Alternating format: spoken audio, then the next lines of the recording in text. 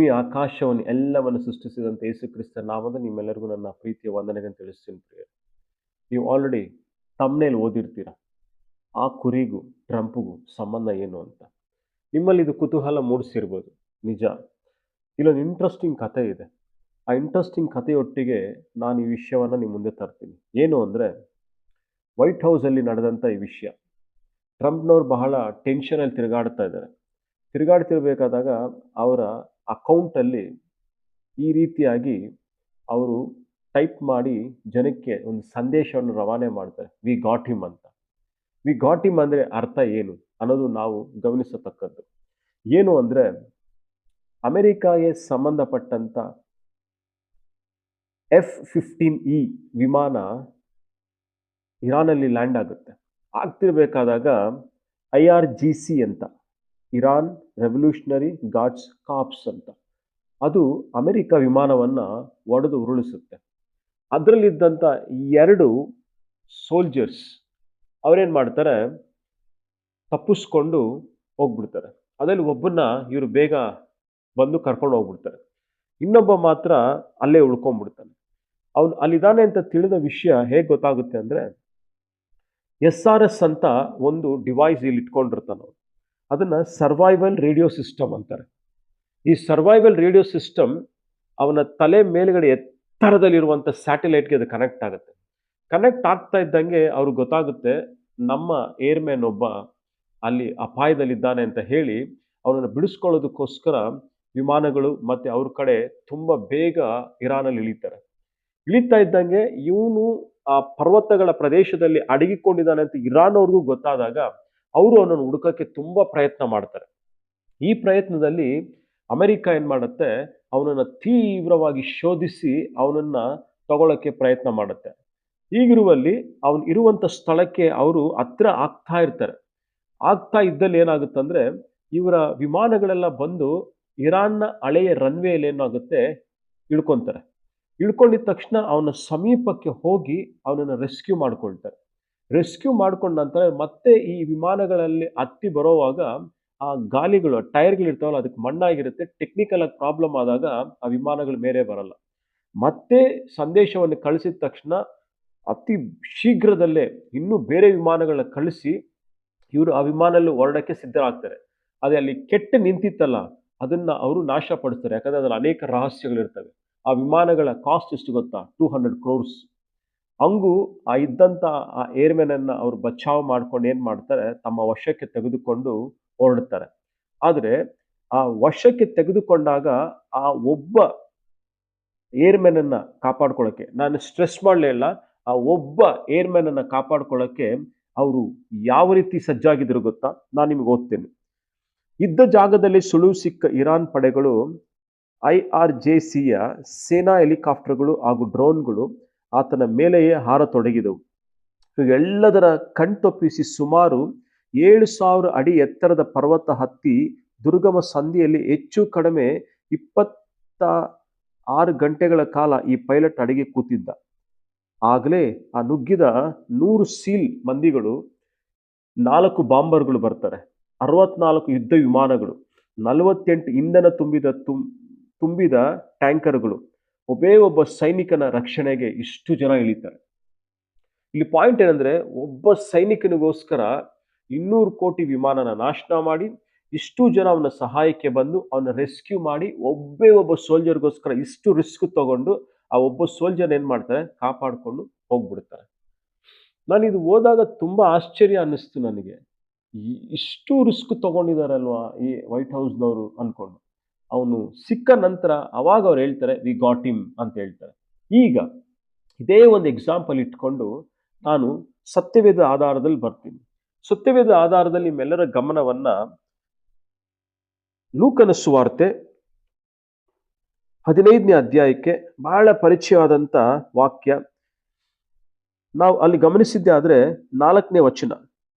4ನೇ ವಚನದಲ್ಲಿ ಏನಾಗುತ್ತೆ, ಒಬ್ಬ ಮನುಷ್ಯನಿಗೆ ಕುರಿ ಇದ್ದು 100 ಕುರಿ ಇದ್ದು, ಆ 100 ಕುರಿಯಲ್ಲಿ ಒಂದೇ ಒಂದು ಕುರಿ ಕಳೆದೋದಾಗ ಬೈಬಲ್ ಈಗ ಹೇಳುತ್ತೆ, after the one which is lost until he finds it ಅಂತ ಹೇಳುತ್ತೆ.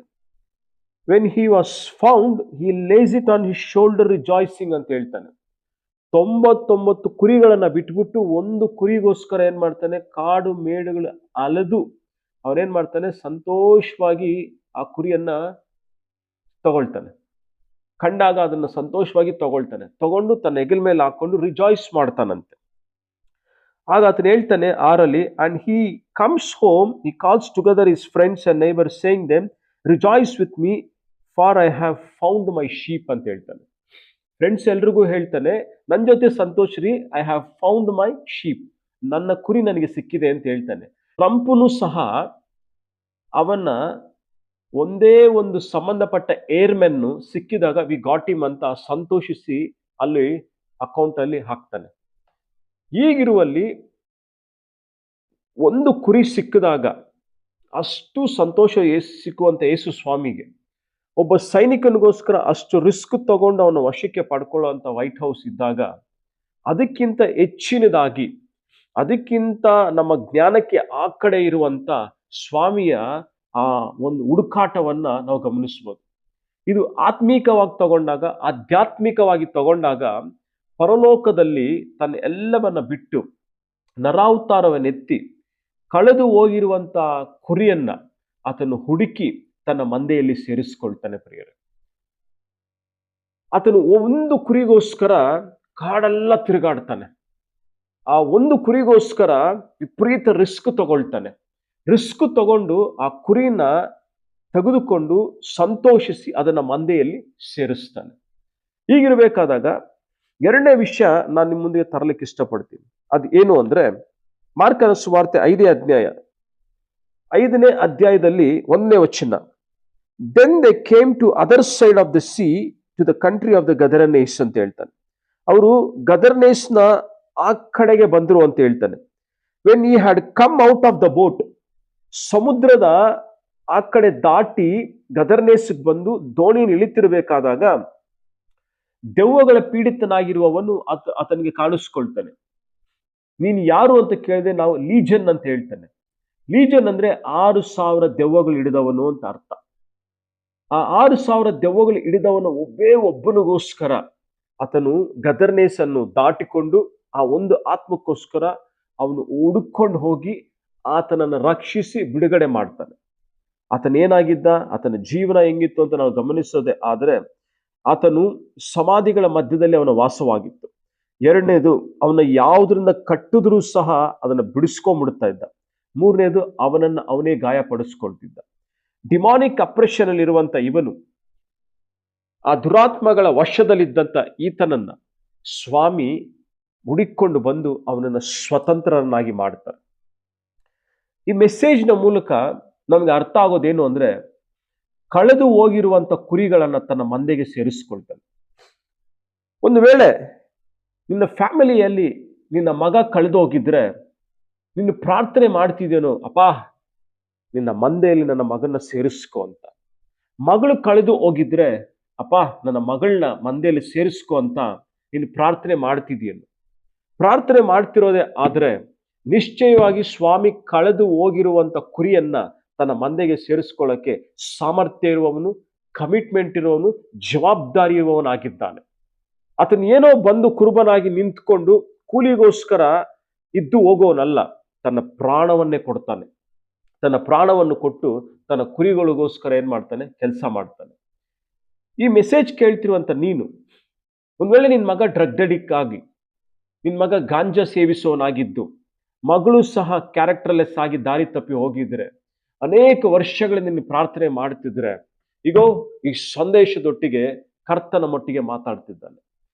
ಮಂದೆಯಲ್ಲಿ ಸೇರಿಸ್ಕೊಳ್ಳೋದಕ್ಕೆ ಮುಂದಾಗೋದಕ್ಕೆ ಎಲ್ಲ ರೀತಿಯಾದಂಥ ಪಾವಿತ್ರತೆ, ಕಮಿಟ್ಮೆಂಟ್ ನನ್ನ ಕರ್ತನಿಗಿದೆ. ಪ್ರಾರ್ಥನೆ ಮಾಡ್ತಾರೆ. ನಿಶ್ಚಯವಾಗಿ ನಾನು ಹೇಳ್ತೀನಿ, ದೇವರು ಅದ್ಭುತವಾಗಿ ತನ್ನ ಮಂದೆಯಲ್ಲಿ ಸೇರಿಸ್ಕೊಳ್ತಾನೆ. ವೈಟ್ ಹೌಸ್ ಅಷ್ಟು ರಿಸ್ಕ್ ತಗೊಂಡು ಒಬ್ಬ ಸೈನಿಕನಿಗೋಸ್ಕರ, ನಾನೇನು ಹೇಳಿದೆ, 4 ಬಾಂಬರ್ಗಳು, 64 ಯುದ್ಧ ವಿಮಾನಗಳು, 48 ಇಂಧನ ತುಂಬಿದ ಟ್ಯಾಂಕರ್ಗಳು, ಒಬ್ಬ ವ್ಯಕ್ತಿಗೋಸ್ಕರ ರಕ್ಷಣೆ ಪಡೆ ಇಳಿದಾಗ ಅವನನ್ನ ಕಾಪಾಡ್ಕೊಳ್ಳೋಕೆ ಅಷ್ಟು ರಿಸ್ಕ್ ತಗೊಂಡ್ರೆ 200 ಕೋಟಿ ಲಾಸ್ ಮಾಡ್ಕೊಳ್ಳೋದೆ ಆದ್ರೆ, ನಮ್ಮ ಕರ್ತನು ಸಹ ತನ್ನ ಪರಲೋಕವನ್ನು ತ್ಯಜಿಸಿ ಮಾನವ ರೂಪವನ್ನು ತಾಳಿ ಆತನು ಅದ್ಭುತವಾಗಿ ರಿಸ್ಕ್ ತಗೊಳ್ಳೋದಕ್ಕೆ ಇನ್ನೂ ಹೆಚ್ಚಿನದವನಾಗಿದ್ದಾನೆ ಪ್ರಿಯರೇ. ಹಾಗಾಗಿ ಆ ವೈಟ್ ಹೌಸ್ ಅಷ್ಟು ರಿಸ್ಕ್ ತಗೊಳ್ಳೋದೆ ಆದರೆ ಆ ಸಿಟಿ ಅದು ಗೋಲ್ಡನ್ ಹೌಸ್. ಅದು ಆ ಗೋಲ್ಡನ್ ಹೌಸ್ ನಮಗೋಸ್ಕರ ಇನ್ನೆಷ್ಟರ ಮಟ್ಟಿಗೆ ರಿಸ್ಕ್ ತಗೋಬಹುದು. ಬೈಬಲ್ ಹೇಳುತ್ತೆ ತನ್ನ ಒಬ್ಬನೇ ಕುಮಾರನಾದಂತ ಯೇಸು ಕ್ರಿಸ್ತ ನಮಗೋಸ್ಕರ ಕೊಟ್ಟ, ಯಾಕಂದ್ರೆ ಆತ ಲೋಕವನ್ನು ಎಷ್ಟೋ ಪ್ರೀತಿಸ್ತಾ ಅಂತ. ಪರಲೋಕದಲ್ಲಿ ಶ್ರೇಷ್ಠವಾದದ್ದು ಯಾವುದು ಅಂತ ನೋಡಿದಾಗ ಆತನ ಮಗನೇ ಆಗಿದ್ದಾಗ ಮಗನನ್ನೇ ತನಗೋಸ್ಕರ ತನ್ನ ಮಕ್ಕಳಿಗೋಸ್ಕರ ಕೊಟ್ಟ ಪ್ರಿಯರೇ. ಈಗಿರುವಲ್ಲಿ ಕಳೆದು ಓದೋದನ್ನ ಬ್ಯೂಟಿಫುಲ್ ಆಗಿ ಹುಡುಕೊಂಡು ಬರುವಂತದ್ದಾಗಿದ್ದಾನೆ. ನಿನ್ನ ಜೀವನದಲ್ಲಿ ನಿನ್ನ ಫ್ಯಾಮಿಲಿಯಲ್ಲಿ ಯಾರು ಕಳೆದೋಗಿದ್ದಾರೋ ಅವರೆಲ್ಲರೂ ಕ್ರಿಸ್ತ ಯೇಸುವಿನ ಮಂದೆಗೆ ಬರಲಂತ ನಾನು ಪ್ರಾರ್ಥಿಸ್ತೀನಿ. ಅದ್ಭುತವಾಗಿ ದೇವರು ಬಿಡಿಸೋದಕ್ಕೆ ಶಕ್ತನಾಗಿದ್ದಾನೆ. ಒಬ್ಬ ಟ್ರಂಪ್ ಅಮೆರಿಕ ಪ್ರೆಸಿಡೆಂಟ್ ಅಷ್ಟೊಂದು ರಿಸ್ಕ್ ತಗೊಳ್ಳೋದೆ ಆದರೆ ನಮ್ಮ ಕರ್ತನ ಆಕಾಶ ನಕ್ಷತ್ರಗಳಿಗೆ ಹೆಸರಿಟ್ಟು ಕರೆಯುವವನು, ಅದರ ಸಂಖ್ಯೆಗಳನ್ನು ತಿಳಿಸಿಕೊಂಡವನು, ಇಷ್ಟು ದೊಡ್ಡ ಭೂಮಿಗೆ ಓನರ್ ಆಗಿರುವಂತ ಅವನು, ಆತನ ಮುಖಾಂತರವೆಲ್ಲವೂ ಸೃಷ್ಟಿಸಲ್ಪಡ್ತು ಅಂತ ಹೇಳಲ್ಪಟ್ಟಂಗೆ ಪ್ರಿನ್ಸಿಪಾಲಿಟೀಸ್ ಆಗ್ಬೋದು, ಸಿಂಹಾಸನಗಳಾಗ್ಬೋದು, ಮತ್ತೊಂದಾಗ್ಬೋದು, ಮಗದೊಂದಾಗ್ಬೋದು, ಎಲ್ಲವೂ ಸೃಷ್ಟಿಸಲ್ಪಟ್ಟಿದ್ದು ಆತನ ಮುಖಾಂತರವಾಗಿದ್ರೆ ಆತನು ತನ್ನ ಸ್ವಾರೂಪ್ಯದಲ್ಲಿ ತನ್ನ ಮಕ್ಕಳನ್ನು ಸೃಷ್ಟಿಸಿ ಭೂಮಿಗೆ ಬಿಟ್ಟಾಗ ಹಾಳಾಗೋಗ್ರಿ ಅಂತ ಬಿಟ್ಟಿಲ್ಲ. ನೀವು ಇಷ್ಟ ಬಂದಾಗ ಮಾಡ್ಕೊಳ್ಳಿ, ಆಮೇಲೆ ನೀವು ನನ್ನ ಹತ್ರ ಬರ್ತೀರಾ ಅನ್ನಂಗೂ ಬಿಟ್ಟಿಲ್ಲ. ಮನುಷ್ಯನು ಬಿದ್ದಾಗ ಆತನು ನರಾವತಾರವನ್ನು ಎತ್ತಿ ತನ್ನ ಪ್ರಜೆಗಳನ್ನು ಕಾಪಾಡಿಕೊಳ್ಳೋದಕ್ಕೋಸ್ಕರ ಬಂದು ಅಷ್ಟು ರಿಸ್ಕ್ ತಗೊಂಡು ರಕ್ತವನ್ನು ಸುರಿಸಿ ತನ್ನ ಮಕ್ಕಳನ್ನ ತನ್ನ ಮಂದೆಯಲ್ಲಿ ಸೇರಿಸ್ಕೊಳ್ತಾನೆ. ಈ ಮೆಸೇಜ್ ಕೇಳ್ತಿರುವಂತ ನೀವು ಒಂದು ವೇಳೆ ಕಳೆದೋಗಿದ್ದೆ ಆದರೆ ನಿಶ್ಚಯವಾಗಿ ಕರ್ತನು ಮಂದೆಯಲ್ಲಿ ಸೇರಿಸ್ಕೊಳ್ತಾನೆ. ಈಗೊಂದು ಪಾಯಿಂಟ್ ಏನಂದ್ರೆ, ಆ ಕುರಿಗೂ ಟ್ರಂಪ್ಗೂ ಸಂಬಂಧ ಏನು ಅಂದ್ರೆ, ಆ ಕುರಿಗೂ ಟ್ರಂಪ್ಗೂ ಸಂಬಂಧ ಏನು ಅನ್ನೋದಕ್ಕಿಂತ ಅಲ್ಲಿ ಒಂದು ಸಾಮ್ಯ ಒಡಗಿದೆ. ಆ ಪ್ಯಾರಬಲ್ ಏನು ಅಂದ್ರೆ, ಅಷ್ಟು ದೊಡ್ಡ ವೈಟ್ ಹೌಸ್ ಒಬ್ಬ ಏರ್ಮ್ಯಾನ್ಗೋಸ್ಕರ ಅಷ್ಟೊಂದು ಕಷ್ಟಪಡೋದೇ ಆದರೆ ಅದಕ್ಕಿಂತ ಹೆಚ್ಚಿನದಾಗಿ ಕರ್ತ ನಮಗೋಸ್ಕರ ಕಷ್ಟಪಟ್ಟಿದ್ದಾನೆ ಅನ್ನುವಂಥ ಸಂಬಂಧವು ಸಾಮ್ಯ ರೂಪದಲ್ಲಿದೆ ಅನ್ನೋದನ್ನ ಹೇಳಕ್ ಇಷ್ಟಪಡ್ತೀನಿ. ಹಾಗಾಗಿ ಧೈರ್ಯವಾಗಿರಿ, ಕರ್ತನು ನಮಗೋಸ್ಕರ ಅದ್ಭುತಗಳನ್ನು ಮಾಡ್ತಾನೆ, ಕಳೆದು ಹೋಗಿದ್ದನ್ನ ತನ್ನ ಮಂದೆಯಲ್ಲಿ ಸೇರಿಸ್ತಾನೆ. ಇನ್ನೊಂದು ಮಾತು ಹೇಳ, ಮಂದೆಯಿಂದ ಆಚೆಗಡೆ ಯಾವುದೇ ಸೇಫ್ಟಿ ಇಲ್ಲ. ಸ್ವಾಮಿಯ ಮಂದೆ ಒಳಗಡೆ ಎಲ್ಲ ಆಶೀರ್ವಾದ ಅಡಗಿದೆ. ಒಂದು ವೇಳೆ ನೀನು ದಾರಿ ತಪ್ಪು ಬಿಟ್ಟಿದ್ರೆ ಕರ್ತನೆ ಕೇಳು, ಅಪ್ಪ ನನ್ನ ದಾರಿ ತಪ್ಪಿದ ಕುರಿ ನನ್ನ ಹುಡುಕಿಕೊಂಡು ಬಂದು ನಿನ್ನ ಮಂದೆಯಲ್ಲಿ ಸೇರಿಸ್ಕೋ ಅಂತ ನಿಶ್ಚಯವಾಗಿ ಆ ಪ್ರಾರ್ಥನೆ ಕೇಳಿ ತನ್ನ ಮಂದೆಯಲ್ಲಿ ಸೇರಿಸ್ಕೊಳ್ತಾನೆ. ಈ ಮೆಸೇಜ್ನ ಮುಖಾಂತರ ಕರ್ತ ನಮ್ಮೆಲ್ಲರನ್ನ ಆಶೀರ್ವದಿಸಲಿ. Thank you.